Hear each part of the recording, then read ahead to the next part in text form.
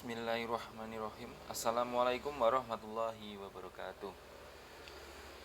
Oke, selamat sore ya kepada semua mahasiswa yang semoga harapan saya adalah selalu diberikan keberkahan serta keselamatan tentunya, sehingga bisa berkumpul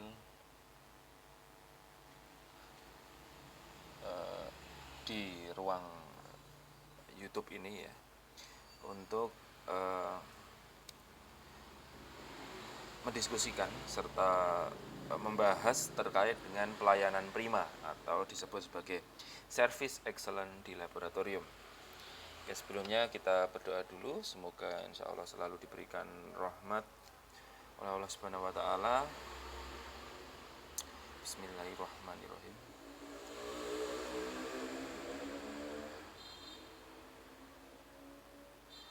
Oke, semoga kita selalu diberikan berkah dan juga kenikmatan berupa kesehatan ya, apalagi di era pandemi seperti sekarang ini.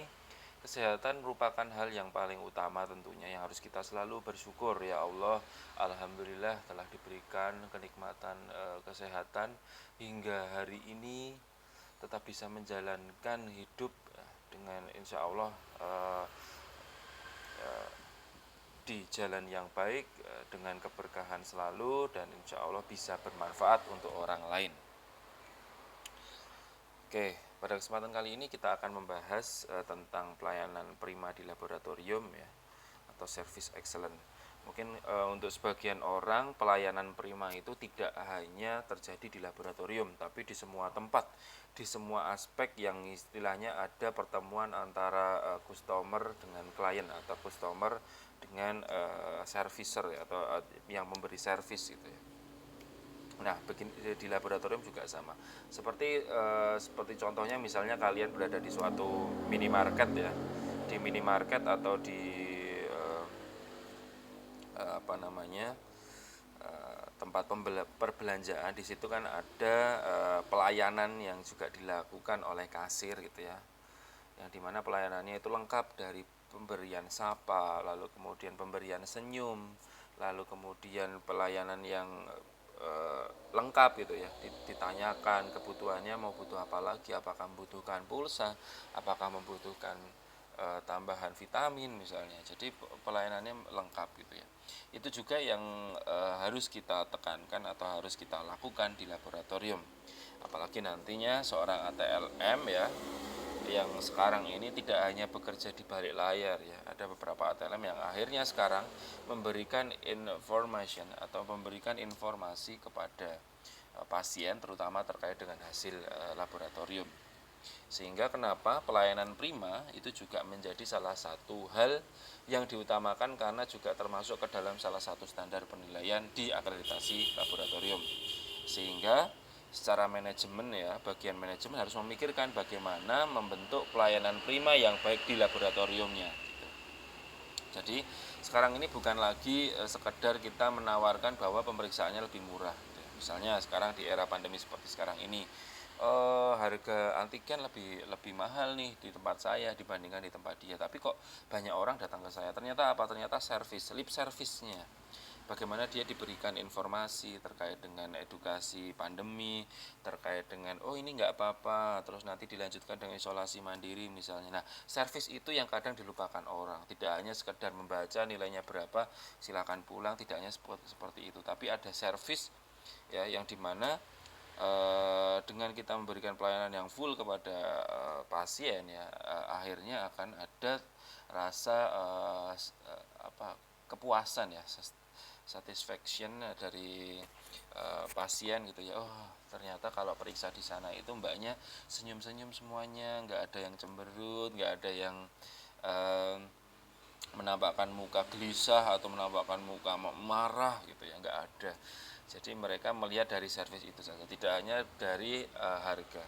Bahkan menurut sensus dari bagian service excellent, tapi ini secara umum ya, ternyata permainan harga itu sebenarnya itu nomor 3. Yang paling utama itu adalah pelayanan servisnya itu atau pelayanan primanya. Harga itu nomor 3 menjadi pilihan orang. Jadi orang itu lebih terngiang-ngiang bagaimana cara orang melayani dibandingkan dengan harga. Ada suatu contoh dua minimarket ya. Eh, Minimarket yang sekarang ada retail-retail yang harganya padahal kalau dibandingkan dengan yang ada di warung ya, warung tetangga gitu ya, sama-sama gedenya hampir sama gitu ya. Tapi mohon maaf misalnya pelayanan di tempat tetangga itu judes-judes atau tidak ada senyum atau ngomong cuman menjawab tentang harganya aja, habisnya segini Pak, cuman gitu saja, tidak ada pertanyaan-pertanyaan lain yang bisa membuat dia ada kepuasan tersendiri gitu ya, sehingga orang akan memilih yang lebih mahal tetapi pelayanannya lebih baik gitu. Seperti itu, ini juga terjadi di laboratorium bahwa ternyata pelayanan untuk menunjukkan kepuasan itu menjadi yang paling utama dibandingkan dengan bagaimana bersaing terkait dengan harga.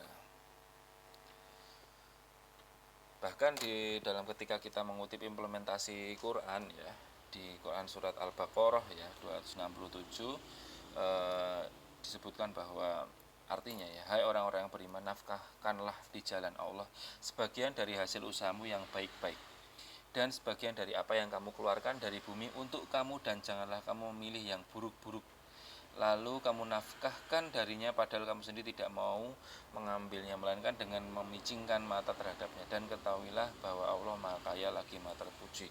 Di dalam artinya secara garis besar terkait dengan pelayanan prima, kita bisa mengambil hikmah bahwa kita harus menafkahkan atau kita harus juga bekerja di jalan Allah, yang dimana jalannya merupakan jalan yang baik, termasuk terkait dengan memberikan pelayanan kepada orang lain gitu ya, dimana kita harus memberikan pelayanan tidak hanya dari muka yang baik gitu kepada orang gitu ya, kita harus membagikan sebuah energi yang positif kepada orang lain dengan senyuman, dengan muka yang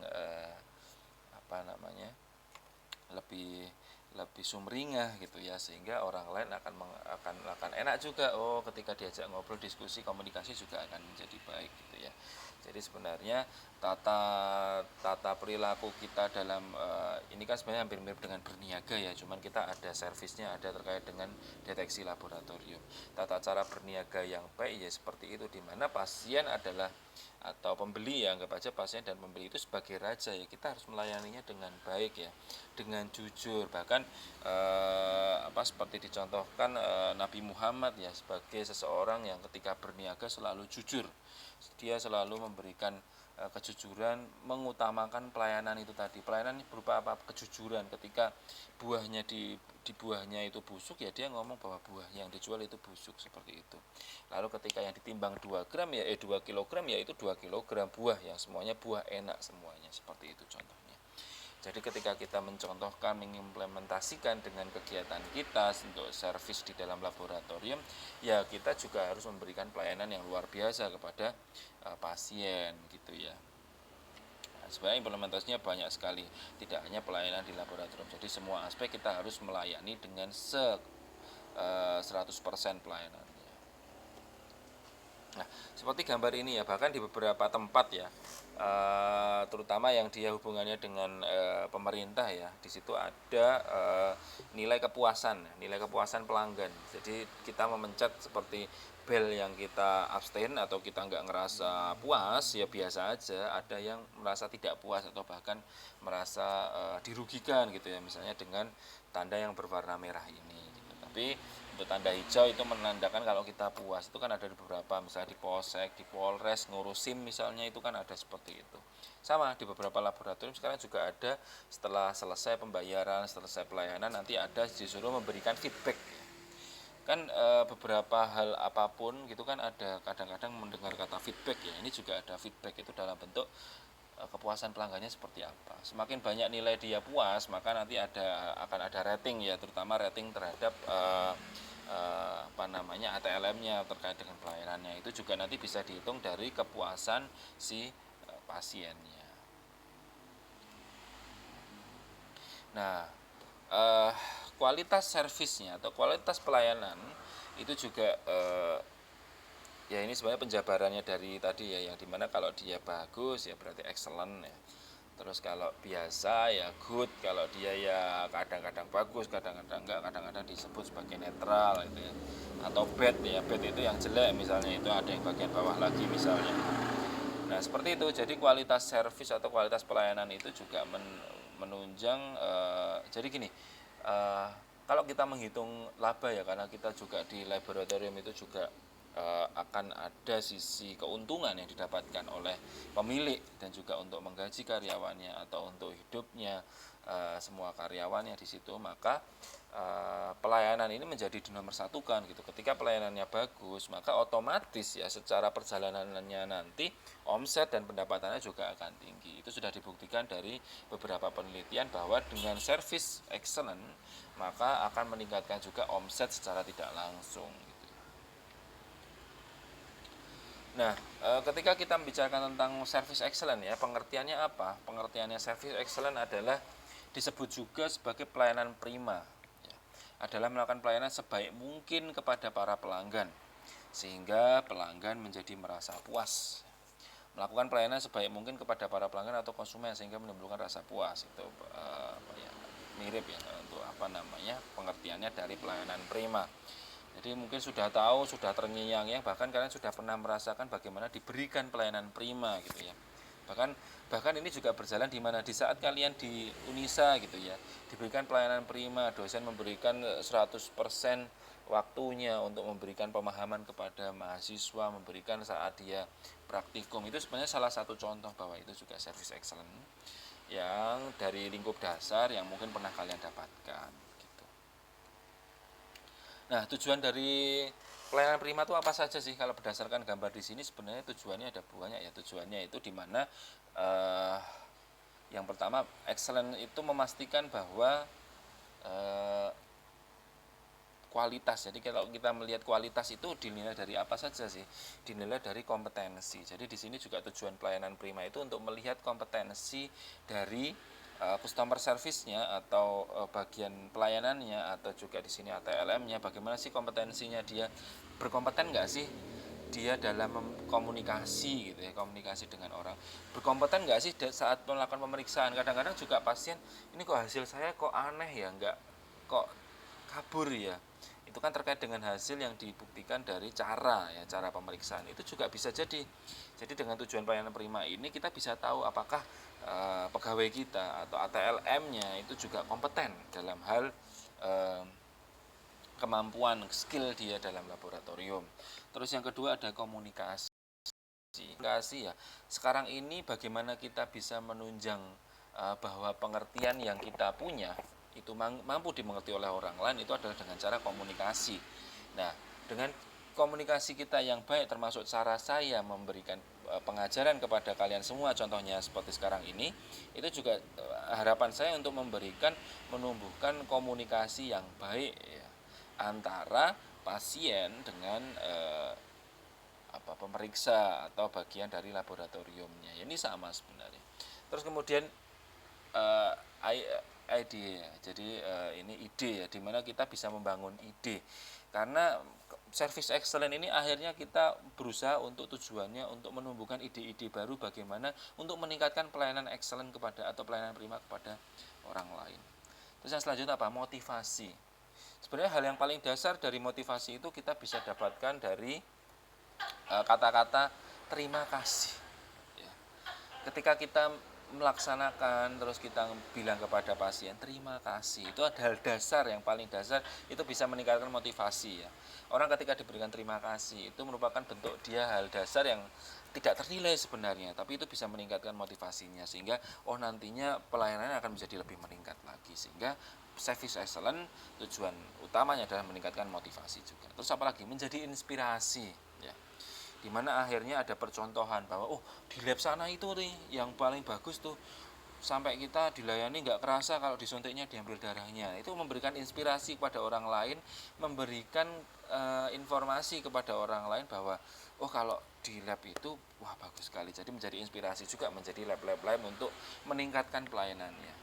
Terus apa? Vision itu apa? Visioner dari kata-kata ya, tujuannya adalah untuk terus memperbaiki gitu ya, atau visioner tujuannya kedepannya adalah dengan pembenahan untuk pelayanan prima juga. Terus apalagi inovasi. Inovasinya apa? Inovasinya adalah pembaharu apa? Ini hampir mirip dengan ide ya, ide yang kreatif tambahannya apa gitu. Yang selanjutnya apa? Menumbuhkan passion ya. Jadi service excellence ini menumbuhkan passion apa? Kadang-kadang kita mungkin dari zaman dulu seorang ATLM itu lebih dikenal bahwa kita cuma ngomong-ngomongan sama alat gitu ya. Tapi sekarang enggak. Jadi kita tidak hanya mengobrol dengan alat, bahkan beberapa hal ya di rumah sakit itu pengambilan sampel itu tidak dilakukan oleh perawat lagi, tapi dilakukan oleh ATLM. Sehingga apa? Sehga akan ada rasa memiliki juga, akan ada rasa bahwa saya di sini bekerja itu passionate saya tidak hanya melayani membaca lab saja, tapi juga melayani pasien. Jadi mendapatkan passion itu. Harapannya seperti itu, sehingga tujuannya menjadi lengkap bahwa pelayanan prima itu kita juga bisa secara komunikasi bagus, motivasinya bagus, menjadi inspirasi, visioner, serta passion kita juga menjadi meningkat terkait dengan pelayanan kepada pasien. Nah, kemudian kita bisa mengukur nih, mengukur kepuasan pasien itu kita bisa mengukur. Dimensi pengukuran kepuasan itu ada macam-macam. Ini saya contohkan di sini ada 5 ya. Ada 5. Yang pertama adalah tampilan fisik. Apa yang disebut dengan tampilan fisik? Tampilan fisik itu nanti ada penjabarannya di mana berhubungan dengan misalnya gedung, tempat parkir ya. Kadang-kadang ada laboratorium yang dimana dia tempat parkirnya besar, tapi labnya sebenarnya tidak terlalu lengkap. Sama yang satunya parkirnya kecil tapi labnya lengkap. Tapi banyak yang memilih di parkir yang gede. Itu juga menjadi salah satu keuntungan gitu ya di fasilitas yang dimana dia menampilkan dia memiliki tempat parkir yang besar. Yang kedua ada kehandalan, reliability ya. Reliability itu kehandalan di mana dia memberikan janji yang benar bahwa kalau saya janjinya bahwa pelayanannya dia layani 24 jam, maka saya akan melayani selama 24 jam gitu. Terus yang ketiga ada daya tanggap atau responsiveness. Apabila ada yang ingin ditanyakan, nah itu kita harus responsif gitu ya. Terutama pelayanannya harus tanggap. Seperti jadi ada daya tanggap. Terus apalagi ada jaminan atau assurance. Jaminan ini mencakup bahwa pengetahuan kita, kemampuan sehingga kita merasa dipercaya gitu. Jadi jaminannya diri kita seorang ATLM gitu ya. Dan jaminannya adalah seorang ATLM di mana dia menjamin bahwa hasilnya nanti pasti bagus kok. Insya Allah akan bagus, tidak akan ada negatif palsu gitu. Jadi jaminan itu juga menjadi dimensi pengukuran kepuasan pasien. Terus yang kelima ada empati. Empati itu seperti apa? Empati itu di mana kita menumbuhkan hubungan komunikasi yang baik, bahkan seperti memiliki perasaan yang sama seperti pelanggan rasakan seperti itu. Atau obrolannya kita menyesuaikan frekuensi, itu empati juga, menyesuaikan frekuensi dari lawan bicara termasuk pasien ya saat diberikan informasi terkait dengan hasil laboratorium. Itu salah satu sifat empati yang juga menjadi dimensi pengukuran kepuasan. Bukan terus misalnya pasiennya itu misalnya pendidikannya SD misalnya atau SMP, itu kan mungkin ketika kita menjelaskan dengan bahasa yang bahasa laboratorium kan tidak paham. Jadi kita harus menurunkan frekuensinya. Kita harus Pak niki hasilnya seperti ini dengan tingkatannya niki normalnya segini Pak. Tapi ini cukup tinggi begitu. Nanti mungkin diberikan saran gitu ya untuk bisa diberikan terapi di dokternya seperti itu. Jadi kita harus menurunkan frekuensi untuk kita bisa merasakan empati yang sama dengan orang lain. Nah, ini penjelasan lengkapnya ya. Tampilan fisik atau tangible. Tangible itu kita lebih kepada ini contohnya penampilan fasilitas fisik, gedung, ruangan front office, tersedianya tempat parkir, kebersihan, kerapian dan kenyamanan, bahkan ada tingkat bersih pun kan ada gitu ya. Maka ada beberapa itu orang itu mahal nggak apa-apa tapi bersih. Ada yang orang seperti itu ya.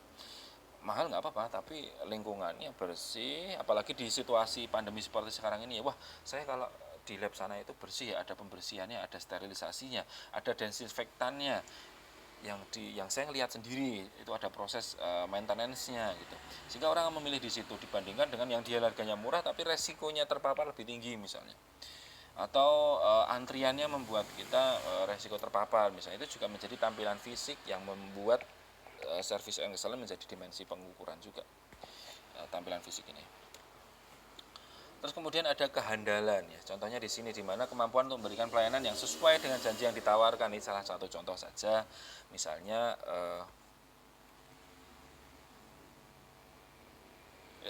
mohon maaf ya. Jadi ini dimensi pengukuran kepuasan mungkin ya tadi agak terlewat ya, dimana kita ada tampilan fisik, tangible, tadi sudah ada penjelasannya ya, nanti mungkin bisa sambil buka slide gitu ya. Kehandalan, daya tanggap, jaminan, asuransi, dan juga empati. Nah ini untuk tampilan fisik atau tangible ya. Tangible itu dimana kita itu tadi yang seperti saya jelaskan, dimana ada tempat parkir, ada kebersihan yang menjadi salah satu acuan sehingga orang akan memilih di situ, sehingga dia dimasukkan ke dalam salah satu penilaian dalam service excellence. Nah, terus kehandalan, apa itu yang disebut dengan kehandalan? Ya itu tadi dimana memberikan pelayanannya sesuai dengan janji yang ditawarkan ya. Janji yang ditawarkan. Contohnya di sini saya contohkan misalnya Cito ya. Cito di sini dia memberikan penawaran hasil pemeriksaan H+1 ya sudah H+1 sudah harus keluar hasilnya. Gitu. Atau apalagi pelayanan yang primanya misalnya terjamin bahwa menggunakan alat yang steril, ruangannya selalu disterilisasi sehingga pelayanan tersebut sesuai dengan janji yang ditawarkan. Itu kehandalan. Terus kemudian ada responsiveness. Responsiveness itu lebih kepada daya tanggap, di mana misalnya ada antrian, berarti kita harus mengatur antriannya itu. Ada SOP pengaturan antrian, harus ada tanggap seperti itu. Atau ada komplain misalnya dari pelanggan, harus lebih tanggap. Oke, kalau ada komplain, kalau komplainnya A kemana, komplain B kemana, komplain C kemana. Itu harus ada SOP-nya yang sudah dibuat. Itu disebut sebagai daya tanggap atau responsiveness. Seperti gambar di samping ini, dia memberikan tapi ini di situasi di luar pandemi ya. Jadi contohnya adalah dia memberikan gambaran bahwa nanti edukasinya seperti ini nanti masuk secara bertahap ya, seperti itu. Jadi informasi-informasi seperti itu membuat orang menjadi salah satu puas juga gitu ya. Oh di daerah sana itu responsif ya. Satpamnya pun mengaturnya bagus ya. Nah itu ada daya tanggap yang dipegang oleh masyarakat sehingga dia termasuk dalam dimensi pengukuran. Ada jaminan ya. Jaminan atau assurance. Jaminan di sini mencakup pengetahuan, kemampuan, kesopanan dapat dipercaya, bebas dari bahaya dan risiko atau keraguan-raguan. Jadi ketika kita melakukan pelayanan di mana kita sesuai dengan yang kita janjikan juga, misalnya cepat, tepat, akurat ya, contohnya ini laboratorium. Ya sudah, kita bisa memastikan bahwa nanti hasilnya akan cepat, tepat, dan akurat gitu ya. Dengan cara apa? Misalnya dibuktikan dengan adanya kalibrasi alat secara maintenance, kita ada buktinya, kalibrasinya tepat, kita ada validasi hasil dengan cara pengulangan hasil yang dimana hasilnya juga sudah tepat. Jadi ketika diberikan kepada pasien sudah jelas bahwa sesuai dengan janji kita. Jadi itulah yang disebut dengan jaminan atau assurance. Nah, lalu kemudian ada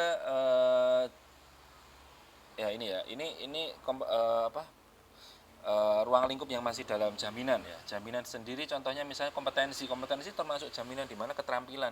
Makanya ATLM, nama saja ATLM itu adalah seorang ahli, makanya harus menjadi ahli ya. Harus dibenturkan dulu hingga menjadi ahli, luar biasa. Terus yang kemudian ada kesopanan atau courtesy ya, di mana kita memberikan keramahan kepada karyawan atau pada pasien, itu menjadi salah satu bentuk jaminan bahwa pelayanannya puas nih. Dengan apa jaminan ya? Sopan gitu.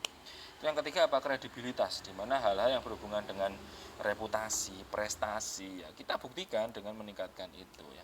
Dibuktikan bahwa ATLM AFI misalnya, ATLM AFI termasuk salah satu yang memiliki kompetensi atau pelatihan ya, sertifikat pelatihan mikrobiologi misalnya. Wah, itu sungguh luar biasa sehingga itu menjadi jaminan bahwa ketika AFI meneliti terkait dengan mikrobiologi, wah berarti itu lebih expert gitu ya. Jadi ketingkatan expert itu dibuktikan dengan kita memiliki kredibilitas, salah satunya seperti itu tadi, reputasi dan prestasi. Yang keempat apa? Yang keempat adalah empati. Empati di sini berhubungan dengan ya saya bilang tadi, atau yang kelima ya nih ya, yang dimana hubungannya adalah komunikasi yang baik kepada orang, bagaimana pelayanannya. Makanya orang yang di kasir itu selalu tertawa, selalu tersenyum ya. Kalau tertawa kan nanti dikira kenapa nih kok tertawa. Tersenyum ya, selalu tersenyum. Bagaimana dia memahami, misalnya pelanggannya marah-marah, dia nggak ikut marah loh. Dia memberikan pemahaman kepada pelanggan. Itulah empati itu. Secara lengkap dia dijabarkan seperti ini. Empati itu berhubungan dengan akses, di mana kemudahan memanfaatkan jasa yang ditawarkan. Kadang-kadang kan pasien misalnya ya menanyakan kan ruwet gitu ya, kayaknya kok alurnya ruwet ya. Nah, cara kita komunikasi itu yang membuat kita aksesnya menjadi lebih mudah seperti itu. Terus yang kedua adalah communicationnya itu juga harus bagus kepada informasi kepada pelanggannya. Yang ketiga yang terpenting adalah pemahaman ini ya, pemahaman kepada pelanggan atau understanding the customer ya, dimana usahanya ya kita memberikan pemahaman yang lengkap kepada pasien. Kalau tes itu seperti ini, kalau lengkap seperti ini, nanti yang dirasakan sakit seperti ini, nanti hasilnya seperti ini, kalau hasilnya seperti ini nanti akan dilakukan seperti ini.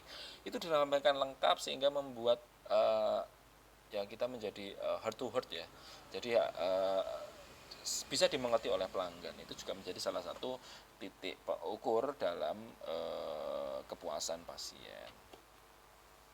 Nah, sekarang kita masuk kepada tujuan kita apa sih sebenarnya pelayanan servis itu atau pelayanan prima itu. Ya kita tujuannya adalah untuk customer service atau melakukan servis atau pelayanan kepada si pasien ya, yaitu ya pelanggan. Nah, itu orang-orang yang membeli atau menggunakan produk maupun jasa pelayanan, maka disebut dengan pelanggan atau customer ya. Makanya customer service itu ya contohnya yang di kasir itu tadi mesti orangnya baik-baik, senyum-senyum. Nah, itu sulit sekali loh mengatur atau bagaimana mengatur mimik muka, tidak ada masalah saat pelaksanaan, saat kerja itu sangat sulit, dimana kita harus profesional. Makanya ada profesional, apalagi Unisa profesional Qurani ya. Seharusnya nantinya ATLM yang dihasilkan adalah ATLM yang sangat profesional dan juga Qurani. Apa Qurani itu? Membaca zaman dan juga tidak melupakan juga Quran dalam arti kitab suci, tapi juga Quran itu artinya apa? Membaca zaman. Jadi apa? Long life learning ya, atau tidak berhenti untuk belajar terus, jangan puas sampai di situ titiknya, harus belajar terus, ada pelatihan ikut pelatihannya, ada webinar ikut webinarnya, seperti itu ya. Sehingga harapannya adalah untuk meningkatkan pelayanan kepada pelanggan atau customer di sini. Nah, nantinya ya di awal tadi ada tanda senyum, ada tanda cemberut, ada tanda biasa saja. Nah, itu sebenarnya indeks, itu bisa dinilai nih, ada indeks kepuasan pelayanan ya. Dimana indeksnya itu kalau nilai intervalnya konversinya 25 sampai 64,99 itu masuk tidak baik gitu ya. Itu harus benar-benar itu urgent itu. Kalau sampai nilainya D, berarti pelayanannya jelek gitu. Udah jelas itu akan menurunkan reputasi bahkan pendapatan juga. Lalu misalnya C 65 sampai 76, wah ini juga kurang baik nih. Nah, terus harus ditingkatkan dengan nilai yang atasnya lagi 76,61 sampai 88,30. Itu termasuk baik. Nah, di atas 88 itu sangat baik. Harapannya semuanya bisa sampai di sangat baik ya, sangat baik ini semua laboratoriumnya, tapi itu juga harus dilakukan secara kontinu, terus memperbarui sehingga mendapatkan pelayanan yang tujuannya memuaskan kepada pasien. Nah, ini yang indeks ya, indeks kepuasan pelayanan ya. Jadi di mana ada nilai intervalnya 25 sampai 64,99, ada 65 sampai 76,60, ada 76,61 sampai 88, ada 88,31 sampai 100. Nah, di sini indeks kepuasan pelayanan yang akan menilai juga nanti reputasi dari laboratoriumnya itu. Oke, selanjutnya bagaimana kita untuk meningkatkan reputasinya itu tadi? Apa yang harus kita kejar? Apa yang harus kita improvement? Improvement itu bisa dari tiga kalau di matematika itu kan ada irisan ya, dari 3 irisan ini atau dari 3 hubungan ini. Yang pertama apa? Improving patient care. Dengan cara apa? Inovasi, tes yang kompleks, yang lengkap, konsultasi ya, atau menu yang lengkap juga gitu. Terus kemudian apa yang kedua? Ada building physician and pasien loyalty, atau di mana kita meningkatkan dokter physician di sini adalah dokter atau tenaga kesehatan, dan loyalitas pasien dengan cara apa? Outreach support, kita memberikan support yang berlebih. Bahkan kita membentuk community health ya, atau bisa juga member misalnya, atau medical education-nya, ada edukasi. Selain hasil lab, kita juga memberikan edukasi. Hasilnya seperti ini, seperti ini, seperti ini. Makanya ada kolaborasi antar nakes harusnya, terutama di laboratorium. Sehingga apa, untuk meningkatkan improvement service excellence dengan cara kolaborasi nakes juga. Terus kemudian ada managing cost. Apa ini managing cost? Terkait dengan lab management, ya, logistiknya, berapa pembiayaan kepada gajinya. Bahkan ada sendiri biaya sendiri untuk service excellence, ada sendiri ya. Atau bahkan kalau produk itu ada biaya iklan ya, misalnya contohnya. Tapi kalau kita iklannya apa? Ya iklannya service excellence, apalagi kita jasanya adalah jasa laboratorium. Maka service excellence-nya harus lebih kuat atau lebih prima lagi gitu. Nah, untuk meningkatkan service excellence itu secara garis besar itu ada proses yang namanya 3 proses ya. Pre-analytical ya, mungkin pernah dengar ya. Pre-analisis, ada testing atau analisis, dan ada post-testing.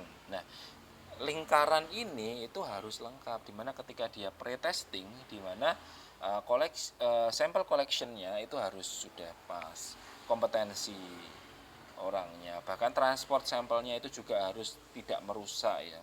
Karena menjadi nilai buruk juga ketika kita, mohon maaf, kita harus minta sampel karena sampel yang kemarin rusak. Wah, itu dapat nilai jelek, itu reputasinya. Terus testing, gimana kita memastikan bahwa quality control testingnya itu sudah bagus ya, kita memastikan itu. Terus post testing, dimana kita menyimpan recording ya, datanya itu disimpan. Terus ada reporting menjelaskan pada pasien seperti itu. Penjelasannya harus lengkap. Nah, jadi lingkaran inilah sebenarnya yang menjadi lingkaran kesuksesan dalam pelayanan prima.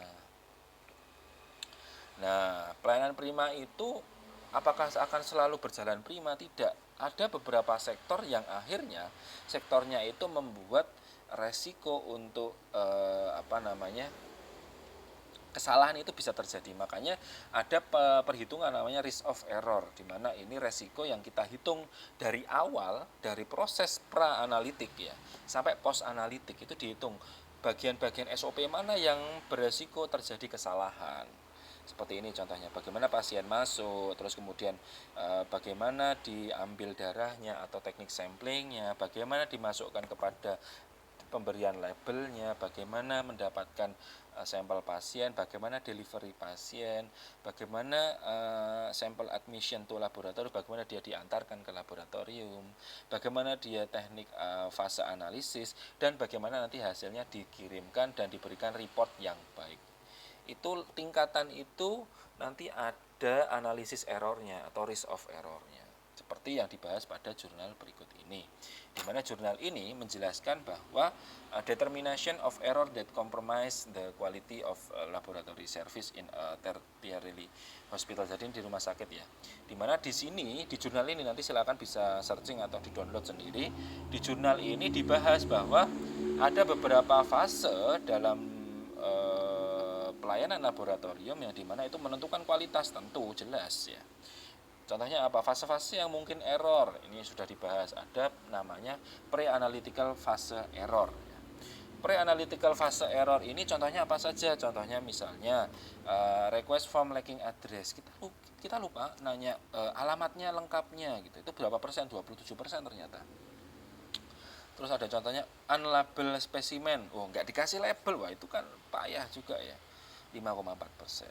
Atau insufficient sample after centrifuge, ternyata waduh kita butuhnya plasma nih, plasmanya kurang nih, harus gimana ya, apakah butuh bisa untuk deteksi enggak nih, apa kita harus minta pasien lagi. Nah itu, ini contohnya, bisa jadi pada manual registrationnya, bisa pada specimen centrifuge gitu.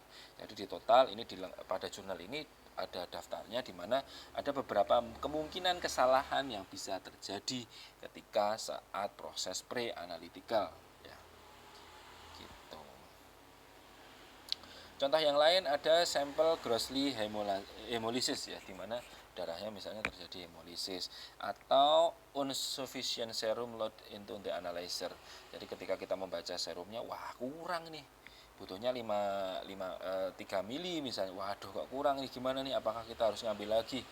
Saya pernah nih mengalami itu ya, tapi saya saat itu anak saya itu posisinya sedang sakit, lalu kemudian diambil darahnya sekali gitu ya, ternyata darahnya kurang untuk analisis, balik lagi diambil yang bagian kiri. Itu saat anak saya masih berumur 3 hari apa 4 hari.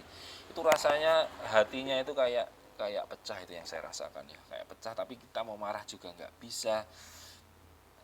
Tapi untungnya kemudian ada feedback yang baik, ada permintaan maaf, dijelaskan kenapa kok kurang sampelnya, bagaimana sulitnya mengambil sampel pada anak-anak, pada bayi. Nanti kalian akan mengalami itu ya, dimana sulit mengambil darah pada bayi karena pembuluh darahnya kecil gitu ya, sehingga harus mental itu juga harus dikuatkan ya, karena yang dihadapi tidak hanya mengambil darah pasien kecil itu tadi, tapi ibunya dan ayahnya, yang dimana itu juga ada rasa heartbreak ketika terjadi kesalahan ketika menangani si anaknya seperti itu. Tapi dengan ada feedback yang baik, dengan permintaan maaf dan dijelaskan itu, semoga bisa mengurangi resiko-resiko kesalahan yang bisa terjadi saat itu tadi, saat teknik sampling gitu ya. Nah, terus pada fase analytical fase error ya, atau pada fase analisis apa saja, misalnya reagennya kita ngecek habis. Pernah ini terjadi, jadi besok ya, anak semester 6 apabila semoga pandemi sudah sangat turun sekali itu, karena pada kemarin 2017 itu banyak yang ditinggal di lab ya, banyak yang ditinggal di lab, benar-benar jaga lab gitu, benar-benar bukan kayak orang PKL, tapi benar-benar kamu seperti TLM-nya di situ, terus kamu membaca ternyata reagennya habis gitu. Itu kan bisa luar biasa, pasien harus nunggu besok ngambil sampel, ngambil hasil karena reagennya habis, kan fatal gitu ya. Nah, itu frekuensinya paling tinggi tuh kesalahan itu, sekitar 28,9%. Makanya reagen itu harus ada pembukuannya, maksudnya apa, dipakai berapa, kurang berapa dalam hari ini, kapan kita mau pesan lagi, itu harus ada pembukuan dokumentasi yang jelas. Terus yang kedua ada inadequate sample selama, jadi misalnya sampelnya itu kalau sesuai dengan prosedurnya itu harusnya dia tercampur semua gitu 100%, tapi ternyata hasilnya nggak tercampur gitu. Tapi tetap kita harus running karena itu dari tunggu pasien, sehingga apa, frekuensinya harusnya dia terbaca tinggi hasilnya, tapi menjadi karena dia tidak tercampur menjadi tidak tinggi gitu ya. Itu persentasenya sekitar 25% itu terjadinya seperti itu. Terus apalagi duplication of lab number in different specimen. Jadi kita mengalami duplikasi penamaan. Waduh, ini nomor 1, tadi kan sudah nomor 1. Waduh, ini yang benar tempatnya Pak Ijo atau tempat siapa ya? Tapi udah diputar nih, udah dianalisis nih. Waduh, ini yang benar gimana ya? Itu juga salah satu frekuensi bisa terjadi, sekitar 10,5% terjadinya error pada fase analisis untuk yang duplikasi nomor tadi. Nah, terus pada post analytical ya, errornya seperti apa? Misalnya uncollected result ya. Uncollected result di mana hasilnya nggak bisa dapat nih. Waduh, nggak dapat hasil gimana nih? 29,8% tuh nggak dapat hasil. Hasilnya kurang dari limit of deteksi misalnya. Waduh, apa artinya? Gimana jelaskan ke pasien bahwa dia ada tapi nggak bisa dihitung karena limit of deteksinya hanya sampai itu alatnya. Nah, itu juga salah satu frekuensinya tinggi tuh kejadian itu. Terus yang kedua apa? Result loss, hasilnya nggak dapet ya, hilang atau hasilnya hilang. Waduh, hasilnya di mana tadi? Atau nggak sempat disimpan di komputer gitu. Wah, itu parah sekali tuh, masuk kita harus ngulang lagi gitu. Jadi, akhirnya cup kembang kuncup tadi berapa ya kira-kira? Kayaknya segini nih, cuman kayaknya akhirnya, wah itu kan fatal juga gitu. Atau disebut juga unreview result ya. Jadi kita sudah tanda tangan, sudah diberikan, nggak direview dulu, dites double check gitu ya, orang lain gitu. Itu juga menjadi salah satu fase error tertinggi pada post analytical yang harus diperbarui atau terus ditingkatkan untuk pelayanan prima. Nah, other atau yang lain apalagi, misalnya physician identification missing, atau di sini disebut sebagai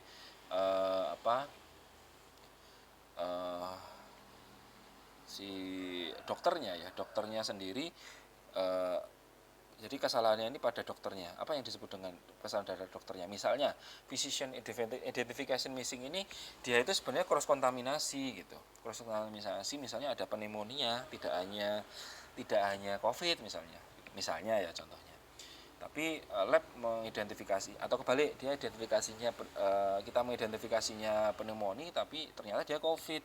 itu kan salah satu hal yang fatal juga, di mana ada kesalahan dalam identifikasi dari dokternya, ya identifikasi anamnesa untuk pelacakan untuk tes selanjutnya. Yang kedua ada not communication with physician, atau di mana kita nggak mengkomunikasikan lagi dengan dokternya, itu sekitar 19,9%. Terus spesimen drawn in wrong tube, jadi kita kok pakai tube yang salah, itu juga tinggi ya. Spesimen without request form ya. Jadi permintaannya itu tidak ada permintaan, tapi ada spesimen di situ. Wah, ini mau saya cek apa enggak nih? Itu 6,8%. Terus ada unlabeled spesimen itu 5,4%, dan ini tadi sudah ada inadequate sample after centrifugasi sekitar 5,4%. Jadi di bahasan inilah bahwa ada kesalahan-kesalahan lain juga yang sebenarnya itu, kalau misalnya kesalahan identifikasi dokter kan itu di luar pre-analitik dan post analitik gitu ya. Tapi itu juga salah satu yang menjadi acuan juga, bahwa kesalahan dalam identifikasi dokter bisa membuat salah dalam hasil pemeriksaan gitu. Sehingga itu juga menjadi acuan indikator tingkat resiko kesalahan yang bisa terjadi dalam pelayanan. Sehingga nanti akan ada seperti ini, contohnya ini tahun 2012 pre-analytical sekitar kesalahannya berapa persen, 1,8% kejadian. Pada analytical ternyata 0%, jadi semuanya tidak ada kesalahan ya dalam analisis. Terus post analytical ada berapa, ada 0,2% misalnya. Yang dites berapa, nomor pasiennya ada berapa. Ya, sehingga kesimpulan itu kemudian kita dapatkan ini ya. Ini apa? Ini adalah tingkat pengendalian error, yang dimana tingkat pengendalian error ini yang kita laporkan ke bagian manajemen untuk ditindaklanjuti untuk meningkatkan service excellence ya. Jadi tadi dari nilai-nilai persentase tadi selama 1 tahun dikelompokkan, kira-kira tingkat fatalitasnya seperti apa. Ketika dia masih masuk dalam kontrol area, dalam artian apa kontrol area itu? Jadi ada kesalahan diperbaiki, itu masih bagus gitu. Tapi ketika probability-nya naik kepada planning area, dalam artian itu ada kesalahan tapi belum diperbaiki, cuma di planning, itu ada kesalahan kemarin kayak gitu. Ya wes kita tulis aja kesalahannya kayak gini. Besok terjadi lagi, ya wes kita tulis kayak gini. Tapi tidak ada punishment atau tidak ada reevaluasi seperti itu. Atau yang paling parah ketika dia sudah masuk ke dalam area yang berbahaya, disebut sebagai urgensi area gitu ya. Nah, urgensi area ini contohnya misalnya pada kasus COVID misalnya. Pada kasus COVID itu kan banyak sekali tingkat error yang terjadi, dan itu berpengaruh pada kepuasan pelanggan. Bahkan tidak hanya kepuasan pelanggan, tapi kepercayaan kepada pemerintah gitu loh. Nah, karena persiapan yang belum baik dari pemerintah, itu juga akhirnya menjadi pemicu penurunan kepuasan pelanggan dan kepercayaan pada rumah sakit gitu ya. Nah, itu masuk pada urgensi area itu. Sehingga ketika terjadi urgensi area, itu harus benar-benar menjadi indikator utama yang harus diselesaikan, terutama oleh pemerintah tentunya. Agar apa? Agar dia masuk ke dalam planning yang bisa dikontrol. Ketika masuk ke urgensi area itu sangat berbahaya. Bahkan sekarang ini kasusnya sangat tinggi. Banyak orang yang nggak percaya rumah sakit, dia tetap jalan-jalan, menyebarkan kepada yang lainnya. Dia anggap semua flu itu sama, padahal ada perbedaan indikator dan tingkat berbahaya antar flu seperti itu. Sehingga apa? Masuknya ke urgensi area. Sehingga ketika masuk ke urgensi area, kalau dalam lingkup laboratorium harus ada perbaikan-perbaikan. Sehingga apa? Perbaikannya pemberian planning atau pemberian punishment atau bahkan pemecatan langsung bisa. Pemecatan, pergantian direksi, pergantian manajemen, kemudian masuk pada planning area, planningnya berjalan, kesalahan-kesalahannya terkontrol, masuklah ke dalam kontrol area. Ketika dia sudah masuk ke kontrol area, artinya apa? Artinya dia bisa kesalahan-kesalahannya itu bisa ditanggulangi atau bisa diminimalisir. Begitu penjelasan terkait dengan service excellence. Pesan dari saya, tetap belajar, terutama service excellence ini semoga bisa membukakan hati kalian juga ya, atau passion kalian terhadap laboratorium, di mana ya nantinya kalian harus bekerja 100% untuk laboratorium gitu. Harus menjadi passionmu untuk membaca diagnosa, membantu diagnosa pasien gitu ya. Termasuk bagaimana mengurangi tingkat error yang terjadi selama kalian bekerja. Terus semangat, long life learning. Jangan patah harapan kita selalu ada, api dalam hati kita harus selalu hidup, dan semangat untuk kita semua. Semoga berkah dan sehat selalu untuk kita semua. Kurang lebihnya saya mohon maaf. Semoga bermanfaat yang telah saya sampaikan ini.